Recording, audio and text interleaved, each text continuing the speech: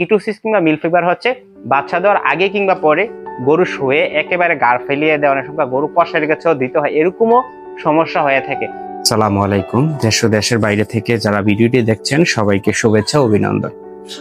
তো আজকে একটা নতুন শব্দের সাথে আমরা পরিচিত হব, কিংবা অনেকে পরিচিত, যেমন ল্যাকটেশন। আসলে ল্যাকটেশন বিষয়টা কি? দেশে এক একটা সময়ে নির্ধারণ করা হয় ল্যাকটেশনকে। তো 300 থেকে 305 দিন ল্যাকটেশন টাইম ধরা হয়।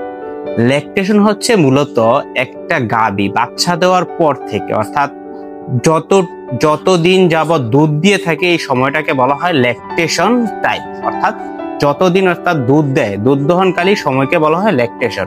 তো ল্যাকটেশন টাইমটা কতদিন এটা আমাদের জানতে হবে। যেমন আমেরিকাতে 305 দিনও ল্যাকটেশন টাইম ধরা হয়ে থাকে।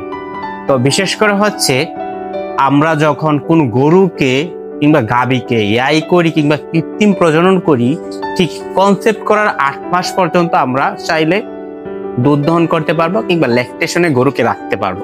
পরবর্তী একটা শব্দের সাথে পরিচিত হব, যেটা হচ্ছে ল্যাকটেশন পিরিয়ড। ল্যাকটেশন হচ্ছে অর্থাৎ দুগ্ধকালীন সময়, আর পিরিয়ড হচ্ছে বিরতি, অর্থাৎ দুগ্ধকালীন সময়ের বিরতি, অর্থাৎ একটা সময় বিরতিতে রাখতে হয়। এই যে বিরতিতে রাখতে হয় এই সময়টাকে বলা হয় ল্যাকটেশন পিরিয়ড। অর্থাৎ ল্যাকটেশন পিরিয়ড আমরা অনেকে জানি, আবার অনেকে জানি না কতদিন। ল্যাকটেশন পিরিয়ড হচ্ছে অর্থাৎ 2 মাস। অর্থাৎ ল্যাকটেশন টাইমটা হচ্ছে 2 মাস। 2 মাস যদি ল্যাকটেশনে রাখা হয় একটা গরুকে কি উপকার হবে। যেমন আমরা যদি সাধারণভাবে দেখি, প্রত্যেকটা গাড়িরই কিন্তু আসলে সার্ভিসিং দিতে হয় একটা নির্দিষ্ট সময়ের পর। কি কারণে সার্ভিসিং দিতে হয়? গাড়িটা যেন আসলে স্বাভাবিক ভালো সার্ভিস দেয়, এই কারণে কিন্তু সার্ভিসিং দিতে হয়। তো গরুর ক্ষেত্রেও কিন্তু সেম বিষয় কাজ করে। যেমন গরু দুধ দেওয়ার কথা, অতদিন দুধ দেওয়ার পরে যখন আপনি দেখা যাবে যে এটাকে ল্যাকটেশনে রাখবেন, ল্যাকটেশনে রাখলে কি উপকার হবে, যে পরবর্তী আপনি ল্যাকটেশন পিরিয়ডে রাখবেন, অর্থাৎ পিরিয়ড মানে বন্ধে রাখবেন। তো পরবর্তী ল্যাকটেশন অর্থাৎ পরবর্তী বাচ্চা দেওয়ার পরে যতদিন ল্যাকটেশন অর্থাৎ দুধ দহনকালীন সময় থাকে, ওই সময় আপনার কাঙ্ক্ষিত পরিমাণে দুধ দিবে। অর্থাৎ আমরা যদি ল্যাকটেশন পিরিয়ডে না রেখে একটা গরুকে কিংবা দুধ দহনকারী বিরতি অবস্থায় না রাখি, এক্ষেত্রে হবে কি, পরবর্তী ল্যাকটেশনে আমাদের কাঙ্ক্ষিত পরিমাণ দুধ পাওয়া যাবে না। অনেক সময় দেখা যায় কাঙ্ক্ষিত পরিমাণে যে ফ্যাট, একটা দুধে যতটুকু পরিমাণ ফ্যাট পাওয়ার কথা অতটুকু পাওয়া যায় না। তো এই বিভিন্ন ধরনের সমস্যা। আবার পরবর্তীতে সমস্যা কি হয়, যেমন বাচ্চা দেওয়ার পরবর্তীতে মিল্ক ফিভার কিংবা কিটোসিসের মতো সমস্যা হয়। কারণ এটাকে আসলে একটা বিরতিতে রাখলে দেখা যায় গরুটা রিল্যাক্স থাকে, ওইটাতে পরিমাণ মতো ক্যালসিয়াম আর D3 এটা আসলে জমা থাকে।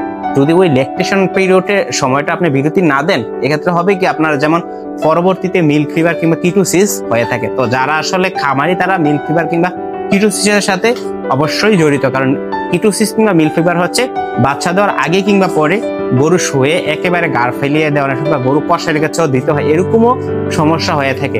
তো আপনাদের অবশ্যই বলে রাখি, বাচ্চা দেওয়ার পরে, বাচ্চা কনসেপ্টের পরে 8 মাস গরু দুধ দহন করবেন, 2 মাস অবশ্যই বিরতিতে রাখবেন। তাহলে আপনারা পরবর্তী ল্যাকটেশনে অবশ্যই কাঙ্ক্ষিত মাত্রায় দুধ পাবেন, পরিমাণ মতো দুধের মধ্যে ফ্যাট কিংবা আসলে বিভিন্ন যে উপাদান থাকার কথা এটা সর্বোচ্চ মাত্রায় থাকবে। তো এই বিষয়টা আমরা আসলে খামারিরা মানলেও অনেক কৃষক এই বিষয়টা মানতে চায় না কিংবা মানে না।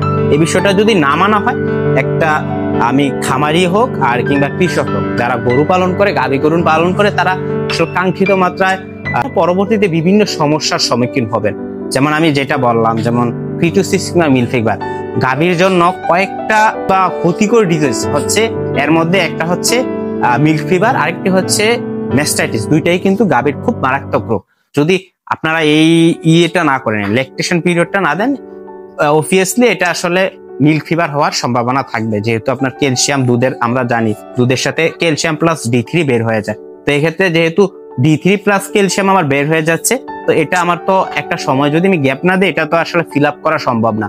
বাহির থেকে আপনি মেডিসিন দিয়ে কতক্ষণ আপনি ফিল আপ করতে পারবেন, এটা যদি শরীর থেকে আসলে উৎপন্ন না হয়। তো এই ক্ষেত্রে আমি সকলের উদ্দেশ্য বলবো, যারা খামারি তাদের উদ্দেশ্য অবশ্যই বলবো যে আপনারা গরুকে অবশ্যই ল্যাকটেশন পিরিয়ডে রাখবেন, তাহলে কিন্তু কাঙ্ক্ষিত মাত্রা পরবর্তী ল্যাকটেশনের দুধ এবং সমান বিভিন্ন উপাদান দরকার এটা থাকবে, সর্বত্র বজায় থাকবে। তো সকলে ভালো থাকবেন, সুস্থ থাকবেন। আর এই ভিডিওটি যদি একটু অর্থাৎ মনে হয় হেল্পফুল, তাহলে একটি লাইক দিয়ে পাশে থাকবেন। আসসালাম।